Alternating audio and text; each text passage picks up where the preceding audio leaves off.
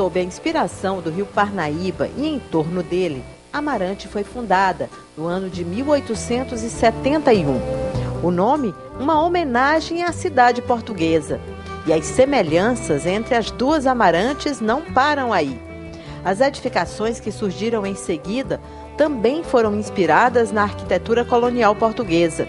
O comércio foi o fator que desencadeou a construção da Amarante piauiense. O rio Parnaíba, quando navegável, era a principal fonte de economia de Amarante. Foi assim que começou a construção disso que hoje é uma maravilha do estado do Piauí. Todo o material desembarcava aqui do porto, vinha de outros países. E aqui começou a construção das casas.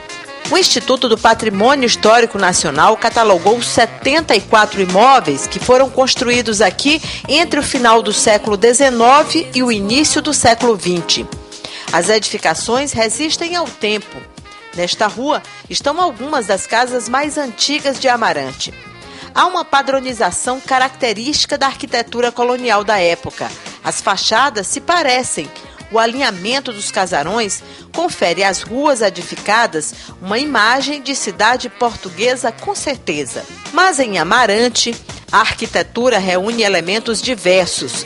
Os mais recorrentes são arcos ogivais e abatidos, os simulacros de colunas, o uso de vergas retas e grandes varandas. Tudo isso confere um aspecto diferenciado da nossa arquitetura.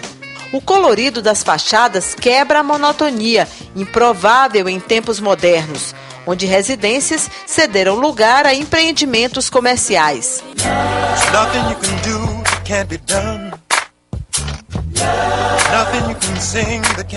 Mas o que tem em comum os Beatles e esta casa da Rua Desembargador Amaral é que os azulejos aqui, fabricados em Portugal, foram comprados em Liverpool, na Inglaterra.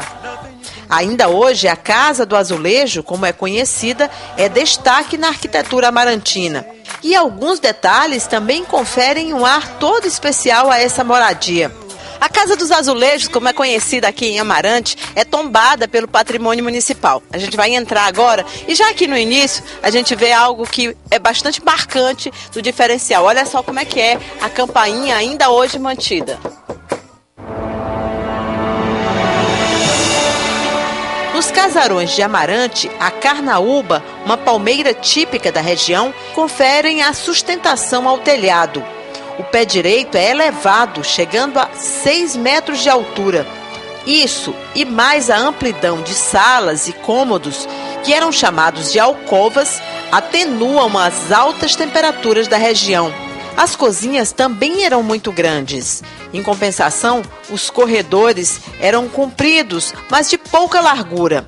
Nesta casa aqui, alguns elementos centenários despertam curiosidade, como este filtro e a pia de louça.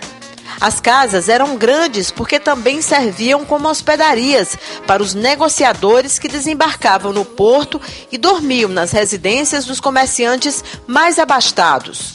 Na Casa do Azulejo vive Dona Irismar, de uma geração de mulheres da mesma família. A memória da casa também está presente nas fotos. A partir da sua esquerda, você vê a foto de Dona Tereza, que era mãe de Anita, casada com Amâncio, os dois donos da casa. E aqui, com a Dona Irismar, a atual moradora, nós temos a foto da Maria Helena, que foi filha de Dona Anita e a primeira mulher vereadora da cidade de Amarante. Como é que a senhora conseguiu essa foto, Dona Irismar? Já encontrei aqui na residência.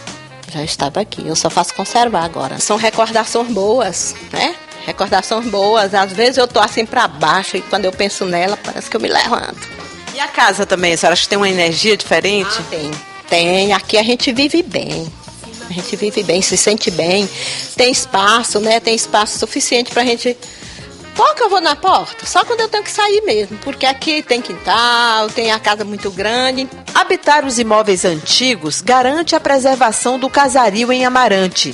E é a população que se encarrega de manter a história nesta terra de tantas histórias. Depois de amarelo, ela passa para rosa.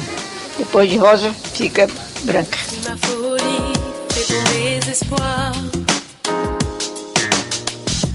Estamos agora acompanhando Dona Míria por um passeio pela casa onde ela nasceu, há 86 anos atrás.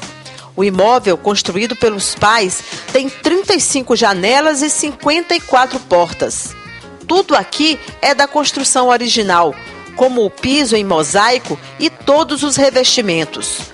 Os móveis foram importados da Áustria e ocupam todos os cômodos da casa, habitada pelas duas irmãs. Que ali a gente entra por uma rua e aqui a gente sai por outra. Se quiser. Essa aqui, qual é a rua lá? É da Costa Silva. A senhora está andando assim, do que a senhora lembra? De alguma cena? Não, eu me lembro só daquele tempo assim, de felicidade, de alegria, né? De vir aqui com os pais, com os irmãos e com o pessoal todo da casa. As lembranças de Dona Míria nos convidam a uma volta ao passado. Muitas vezes nem tão nobre assim.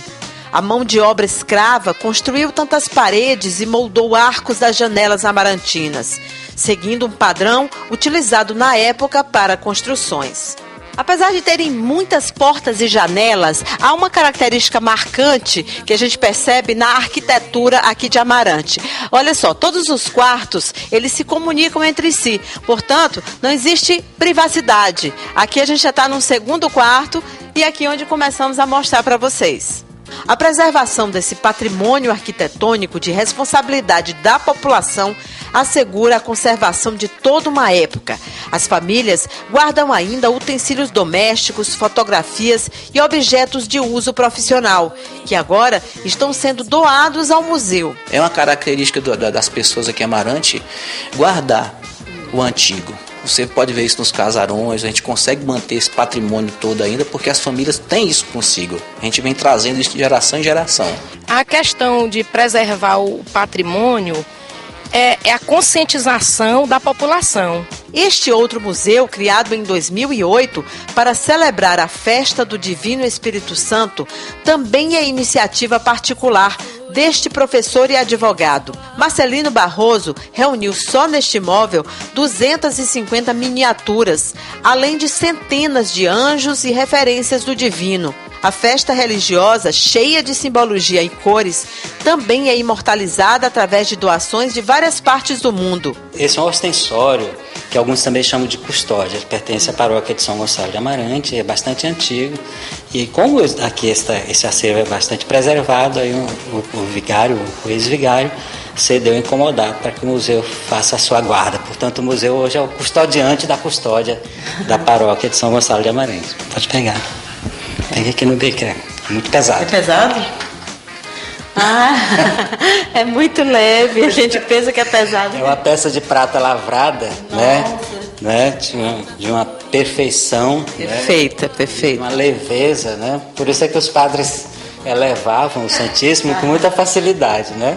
Parte do mobiliário é da casa. Quando nós adquirimos essa casa, a família doou parte do mobiliário e outra parte era da minha mãe, algumas coisas da minha avó. Então, praticamente tudo aqui são bens de família. A imagem dos casarões de Amarante, a cidade em que o Parnaíba foi melhor cantado.